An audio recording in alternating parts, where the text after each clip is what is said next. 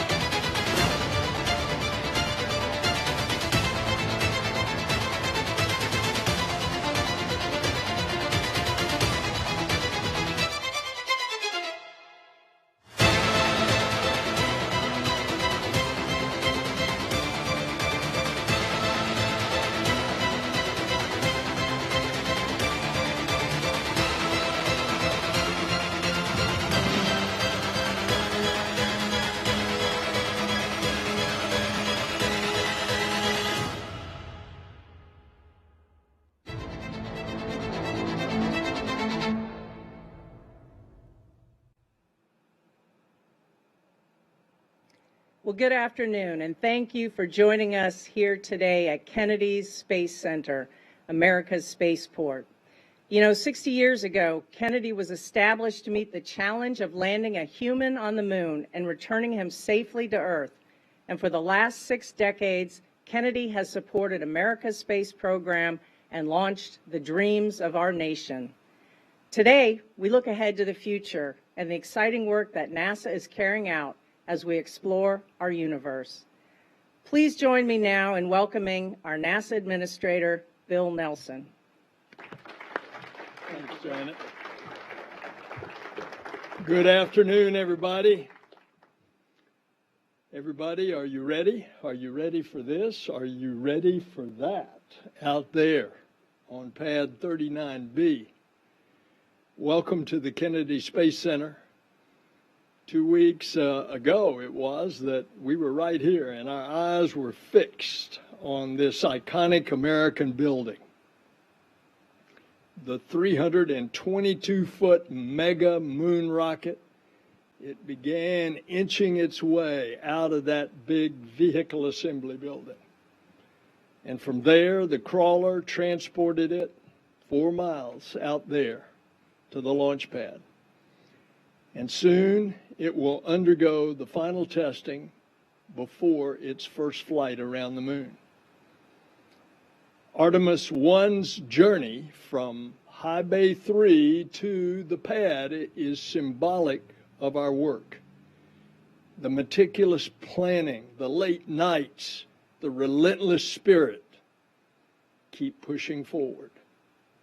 And that's what NASA does best. That's what we do best. And nobody does it better. That opening video showed how our agency is inventing groundbreaking technology, how it's igniting imaginations, and it's inspiring future generations. We're having this discussion today because President Biden and his administration released this budget request, and it came this morning, and NASA's $26 billion fiscal year budget for 23. It's a request from the president, from us, and it is a significant increase over last year's budget. In fact, it's 8% more than the enacted federal spending levels, the appropriation bill, from fiscal year 22. It's the largest request for science in NASA history. But greater than any number or statistic or a fact is what this budget request represents. It's a signal of support of our missions in a new era of exploration and discovery. It's an investment in the business and the corporations and the universities that all partner with NASA in all 50 states. And by the way, good paying jobs that they create. It's going to help our nation. It's going to help the world. It's going to address climate change. And it underscores STEM education, and it promotes diversity and equity. And it expresses confidence in this extraordinary workforce that we have that makes NASA, you know it, the best place in the federal government to work. Now, the pandemic, it really challenged us unlike anything ever before.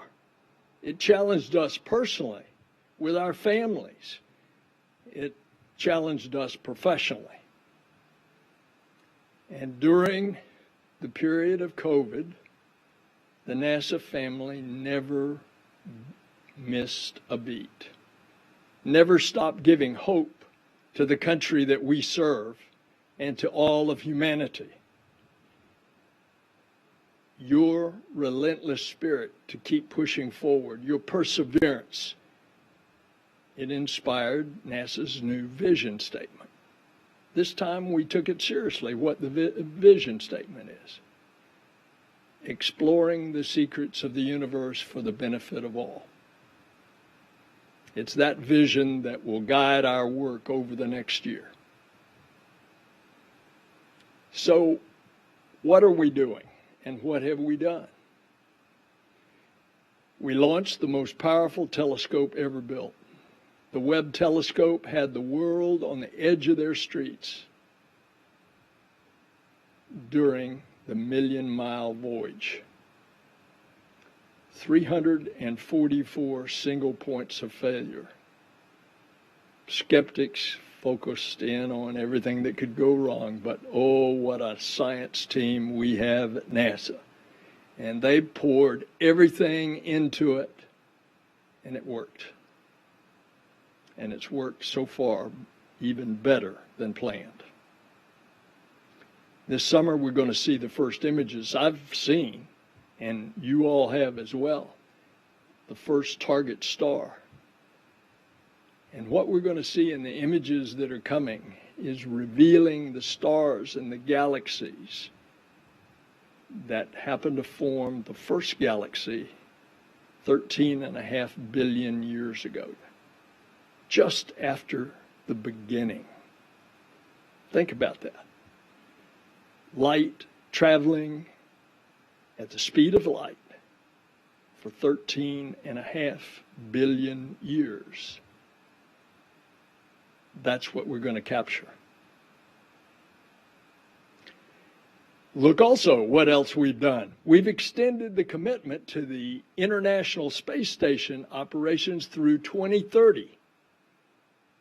And this decision empowers NASA to continue conducting groundbreaking research and collaborating with our international partners. Astronaut Mark Vande Hei is coming home Wednesday, day after tomorrow. And he's coming home with his Russian crew, and we and he will celebrate a historic 355 days in space. And for the safety of our astronauts, the working relationship between NASA and our international partners continues. And that includes the professional relationship between the cosmonauts and our astronauts. And soon, we're going back to the moon as Artemis. We're going to learn to live and work in a hostile environment. And then it's on to Mars in the late 2030s. President Biden's $26 billion proposed budget for NASA will begin to make this happen. So let's take a look at how this is going to happen. Roll the video.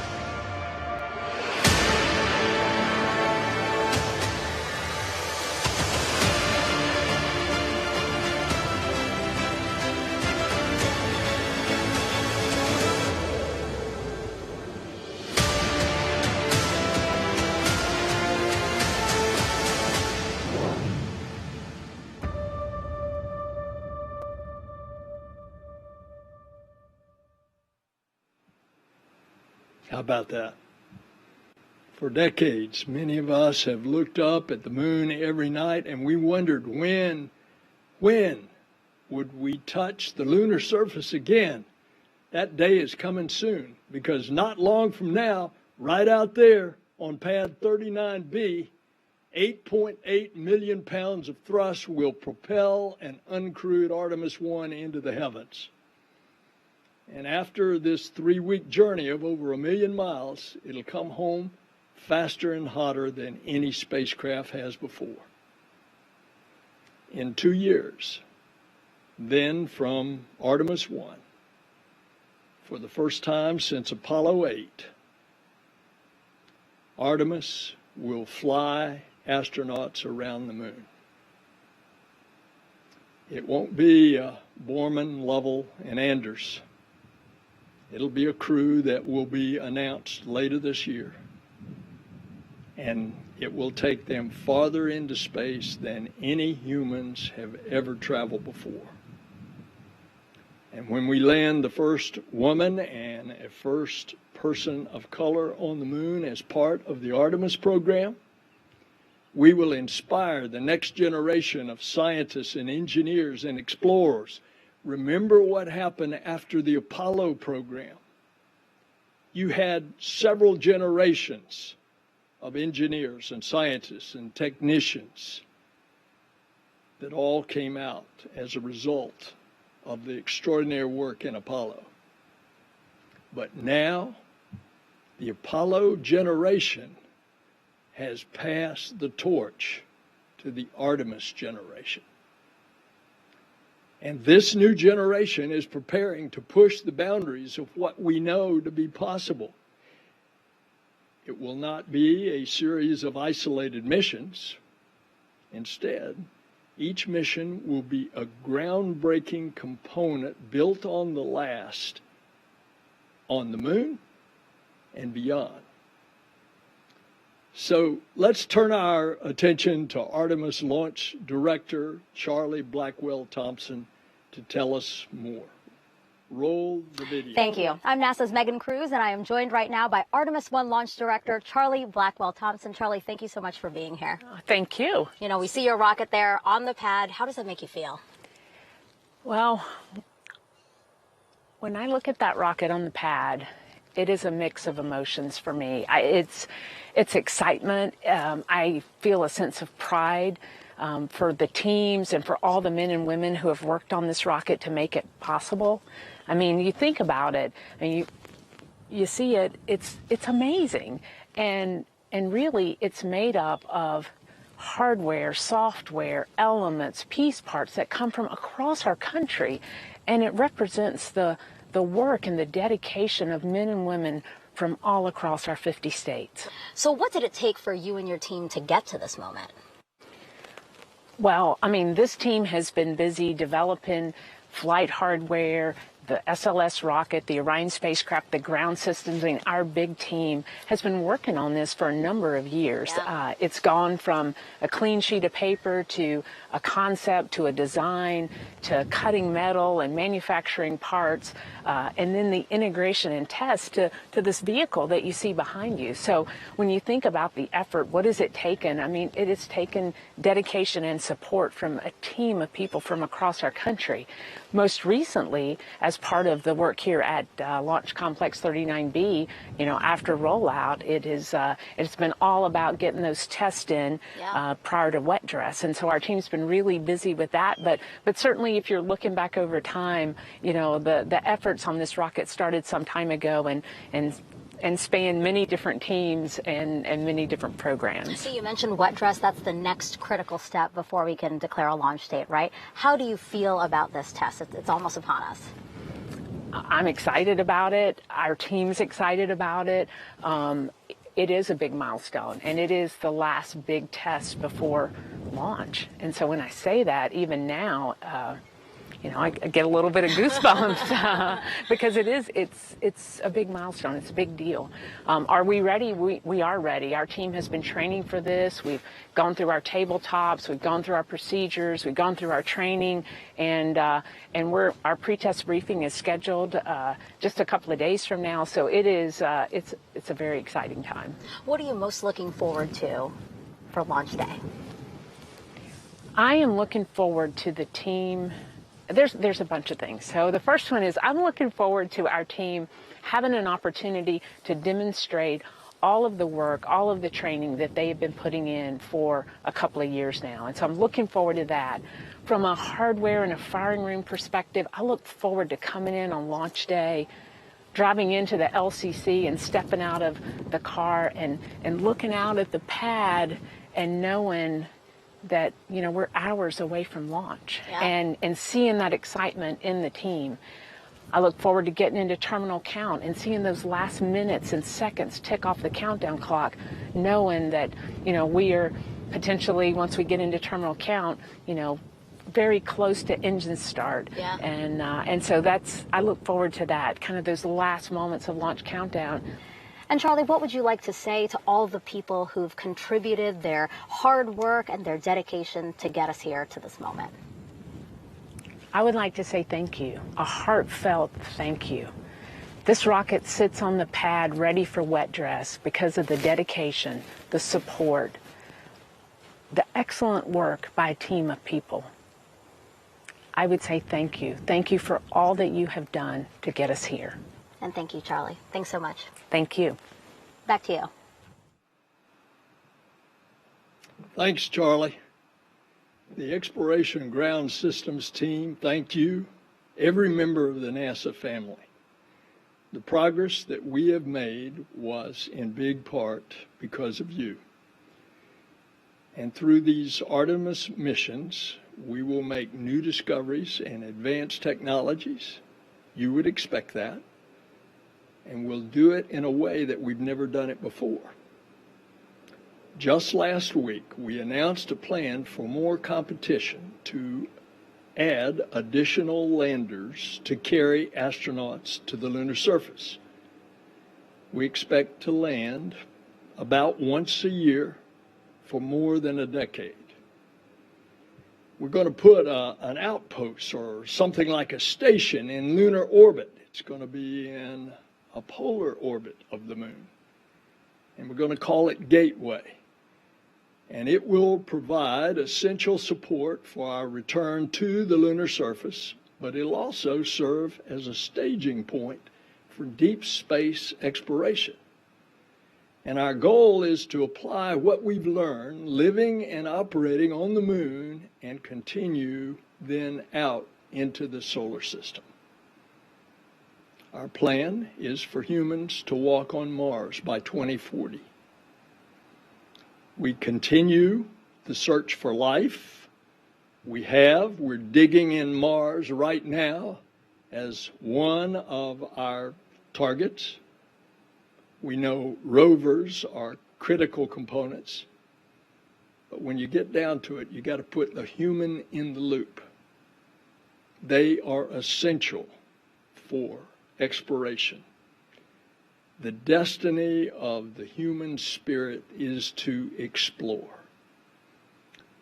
This year, a new inflatable heat shield is being developed that can actually slow down and survive re-entry on Mars.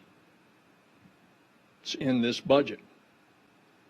So to sustain life on the moon and then on to Mars, we'll need surface power. We secured additional funding to build that essential infrastructure. Mars, of course, is millions of miles away. Research into nuclear propulsion is important. It will cut down the time it'll take for our pioneers to travel to Mars. It, too, is in the President's budget. Ladies and gentlemen, Mars is calling us. Last February, the Perseverance rover, it arrived at Jezero Crater on Mars. And the Mars Sample Return Mission will come back to Earth, bringing the samples gathered by Perseverance from the crater floor. Perseverance is putting them at different locations in these vials that are about that long. And they're putting a stash of them here and a stash of them there. And a Mars rover will go around with our European friends and pick them up. And then we put it in a Mars ascent vehicle, and it goes up and it rendezvous with a spacecraft in Martian orbit that'll bring it back to the moon. Just think what we're going to see in those samples. They could possibly confirm the ultimate question.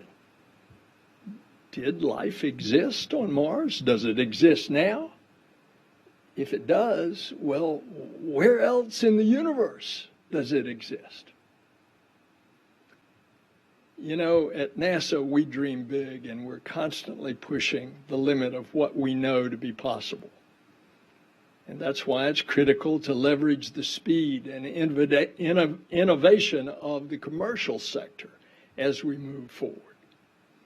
Our partnership with industry has already allowed more scientific research.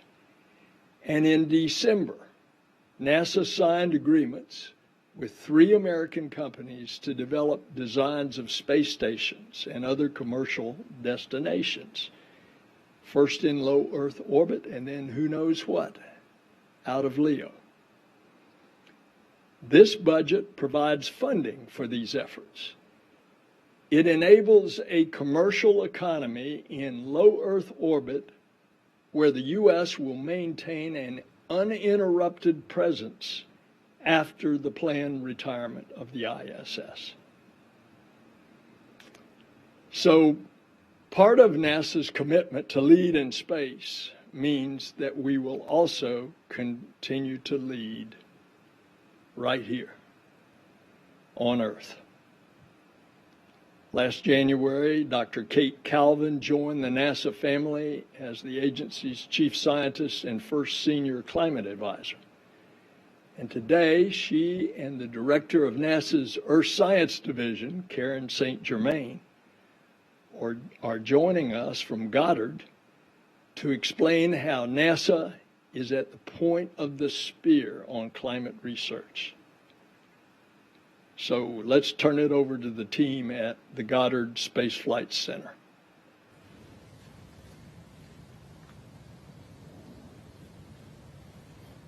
Thank you, Administrator Nelson. As you just mentioned, we're at NASA's Goddard Space Flight Center in Greenbelt, Maryland, one of NASA's hubs of Earth science and climate change research. And I'm here with Karen and Kate.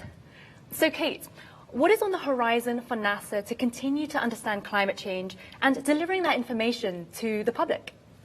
Observing our planet, how it's changed over time, and how human activities impacted it is not new to NASA. We've been doing that for decades now. But we're at a point where we need to go beyond gathering information. We need to make sure that people have what they need to make informed decisions. We'll continue our climate research, looking at things like surface temperature, greenhouse gases, sea level rise, and other aspects of climate change. But we need to take the next step, and in that, accessibility to data is critical. While all of our data is freely available to the public now, we're working in the future to make sure that it's easier to use in good formats, and that people have what they need as they're making decisions, whether those are about climate mitigation, adaptation, or planning. Thanks, Kate. And Karen, NASA is working to develop the next generation of Earth-observing satellites, the Earth System Observatory. How will that serve the science community and public at large? Well, NASA's been a global leader in Earth observation, science, and modeling for over 60 years. But the challenges of climate change in particular mean we need more information and we need it faster. And that's really where the Earth System Observatory comes in. So the ESO is the next generation of satellite missions that will launch by the end of this decade, and they'll give us a 3D holistic view of our Earth system at a level of precision and accuracy that we've never seen before. And just as important as what we're doing is how we're doing it. We're going to involve industry to bring in innovation. We're working with international partners to leverage their capabilities. And we're doing it all under open science principles to make sure that we get to the science and the information products that people need to make decisions as quickly as we can. And this is a question to both of you. How does NASA's climate change research help the average person? Let's start with you, Karen. In most cases, today, people get access to NASA data through other agencies, federal, state, and local, as they manage things like coastal flooding and wildfires, and even through the U.S. Drought Monitor, which supports the entire U.S. agriculture industry. And speaking of agriculture, our NASA team just went to the major national agriculture commodities meeting to meet with farmers and agriculture producers and other key players to learn more about how they use NASA data today, what they need in the future, and how they need that information delivered. Karen makes some great points. Whether people may realize it or not, NASA research has likely impacted things that affect their everyday lives or are used in long-term planning, and we're working to make that easier in the future. In addition, we also develop technologies that can help people mitigate or adapt to climate change. That's fantastic. Many thanks to you both. Administrator Nelson, back to you. Thanks, you two. What's clear is if we can measure this climate crisis, we can mitigate it. That's NASA's expertise.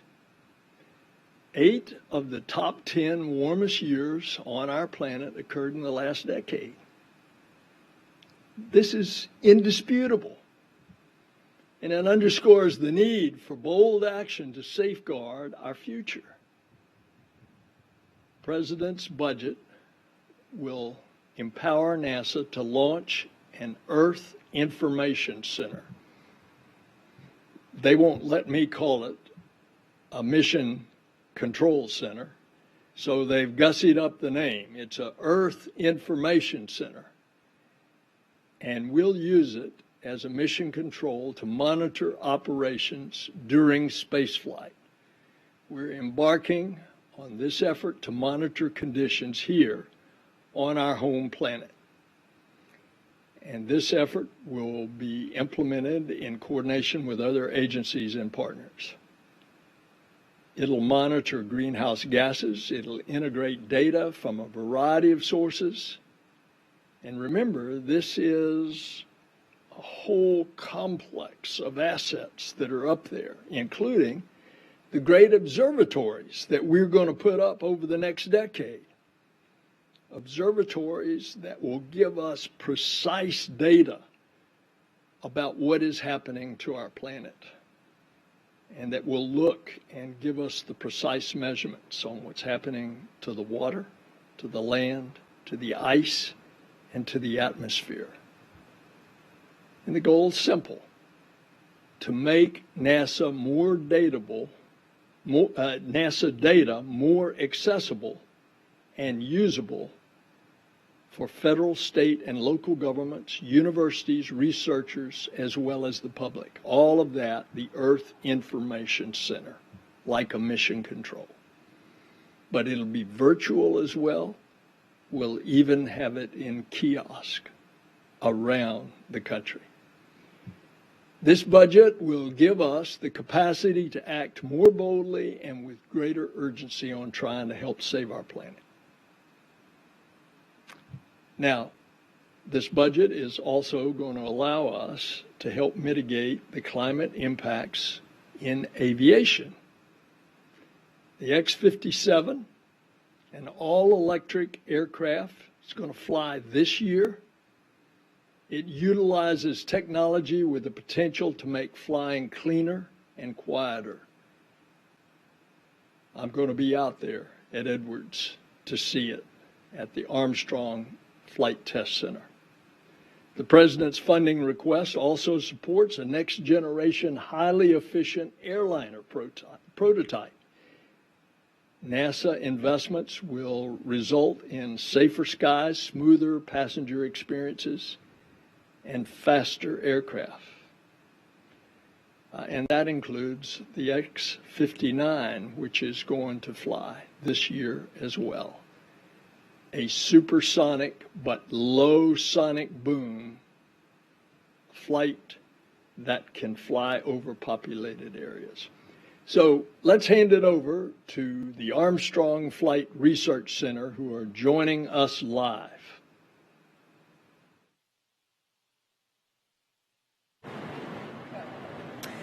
Thank you very much, Administrator Nelson, and welcome back to Armstrong Flight Research Center. 75 years ago, the course of aviation was changed forever when the late Chuck Yeager broke the sound barrier in the first experimental aircraft, the X-1. Today, NASA continues that tradition of pushing the envelope through experimental flight in pursuit of advancing sustainable aviation for all of us. I'm standing in front of the X-57 Maxwell. It's a Tecnam P2006T that's been retrofitted as an all-electric aircraft. I have with me here one of NASA's test pilots training to fly the X-57 for the project, Mr. Tim Williams. Hi, Matt. Hey, Tim. So, Tim, let's just start. What is the X-57 and what makes this a unique aircraft? Well, this is NASA's first all-electric crewed aircraft. And it's been a couple years going, but basically all electric motors, and it has a battery as well. So it's kind of cool stuff. Excellent. We get a closer look. Sure, absolutely. I want to ask you, you've flown so many different NASA aircraft in your career here. What is it like training to fly a unique aircraft like the X-57? The key to any successful project like this is a simulator. And it's part of the whole evolution when we go test. I fly, I go back to the simulator. We've done a lot of work over the last couple of years in building up that simulator to match it exactly what we have in this cockpit. You know, it's just me in this one. Now, I have normally 4 seats, but we took out 1 seat, put an instrumentation pallet, and the rest of the airplane is all batteries. So I can't wait to fly this, believe me. Appreciate it, Tim. You Thank bet. you. Looking forward to it. I'm going to kick it up to my colleague Sarah Mann, who's with Heather up at the X-57 simulator. Sarah? Thanks, Matt. We're here in the X-57 simulator with Heather Miliska and sim engineer Ryan Wallace. Heather, can you share with us the contributions the X-57 has given to industry? Sure. The X-57 project has made significant contributions to industry. As a reference platform, we're able to influence industry, influence standards, and the future of electric aviation. The industry is interested in distributed electric propulsion, and with that, the project started with LeapTech. And LeapTech was a modified electric wing that we put on a semi-truck that we drove on the lake bed here at Armstrong Flight Research Center, and we were able to prove and validate that our motors could produce 300 horsepower. Can you tell us about the batteries? Sure. Our NASA engineers designed batteries that could cover the entire flight profile, and we did this safely to make sure that there was no thermal runaways, and so we were able to share this publicly. Great. Thanks for sharing all this, Heather. Matt, back to you. Thanks very much, Sarah. I have Sean Clark here, who's NASA's principal investigator for the X-57 project. And Sean, I know it sounds like we have an important milestone coming up for this aircraft. I want to ask you about that, but also you and I know that NASA's goal is to share the electric propulsion design and airworthiness process with regulators, but why is that important? Yeah, thanks, Matt. We're really excited to take all of the engineering lessons learned that we're putting into this aircraft and get it into flight this summer. So we're all working toward that right now. And what's really important is that we learn from the fabrication and engineering development and airworthiness process and share that back to regulators and standards writers so that the aircraft of the future can take advantage of all the research that NASA is doing here and put them into the next generation of electric aircraft. It sounds so awesome. Thank you, Sean. Yeah. So the value that the X-57 project is already producing for the sustainable aviation industry is foundational, and we're proud to be paving the way for NASA's new line of crewed experimental aircraft, also known as X-planes, to include the truss brace wing, which is coming soon, as well as the X-59, which is NASA's quiet supersonic X-plane that could open the future to quiet supersonic flight over land, cutting flight times commercially in half. Administrator Nelson, back to you, sir. Thanks, guys. And let's remember that the first A in NASA is aeronautics. So, putting all of this together to chart America's pioneering course into the cosmos, we must embrace and empower the whole of our nation here at home. So we took the first steps with the launch of Mission Equity. We broadened our reach out with NASA's first ever Spanish language broadcast for the Perseverance Mars landing. And with a $150 million budget for STEM, for education and engagement, that was a 10% increase over last year. It's in the budget. And this is our opportunity to make limitless the potential of all Americans. Last September, NASA released its first comic book. It's titled First Woman, NASA's Promise for Humanity. You think that's a hit in elementary schools? Do you think that that ignites the imaginations of those little minds? It imagines the story of Callie Rodriguez, the fictional first woman to explore the moon. This is a new generation of explorers, the Artemis generation. It's also a story of where we are going as a country. We were in the very successful Apollo generation.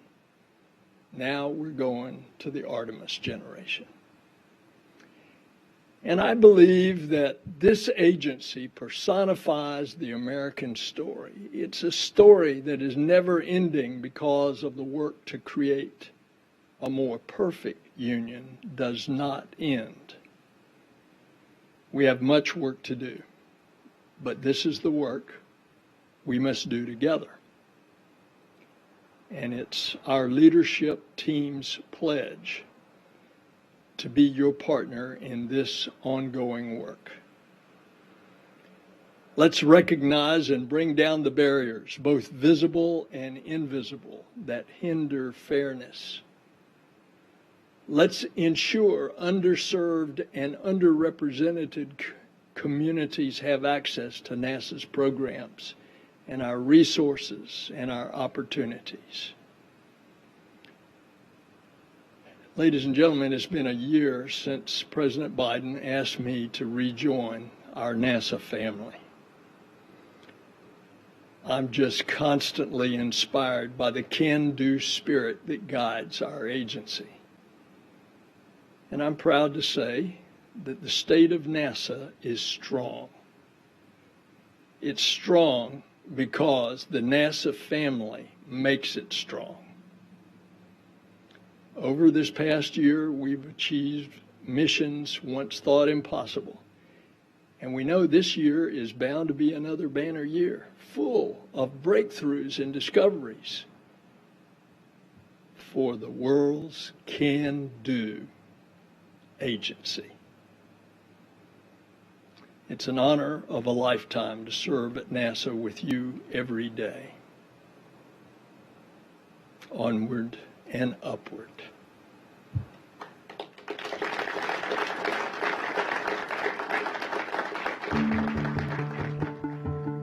Space is for everyone. We're all working towards a common goal.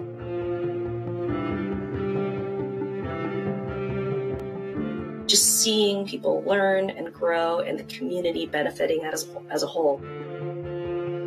We have vendors from all around this country, and all of that's bringing in a lot of jobs and getting to work in our community. I give back by seeing companies grow.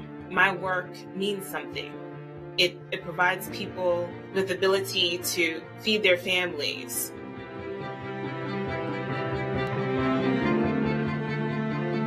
Not everyone who works on the space program is an engineer or scientist in a white lab coat, and there's vital roles. Everybody at NASA is very teamwork driven. Nothing that we do here is done by itself. All successful missions come from a team that works together, that is diverse. And we each bring a different perspective to the team to help us achieve our goals.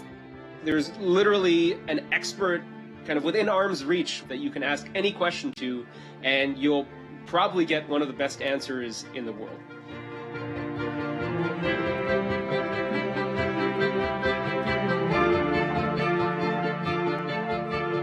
We take a lot of ownership in what we do. You get to see a lot of that passion, you get to see a lot of that drive. People want to do their best, people want to pull together to be a part of this program that's bigger than what any of us can accomplish on our own. NASA does the trailblazing with technology.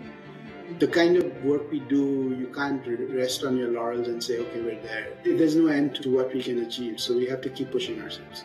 And any airplane that I get on, it's exciting to think about, oh, this airplane probably at some point passed through many of our centers. We are with you when you fly. We are coming up with safer, newer technologies that are more silent, more energy efficient. Just to be able to work here and be able to design and touch something that will one day travel to a new planet is amazing. I mean, it's indescribable. NASA brings hope and inspiration by leading the world to space for the progression of all people.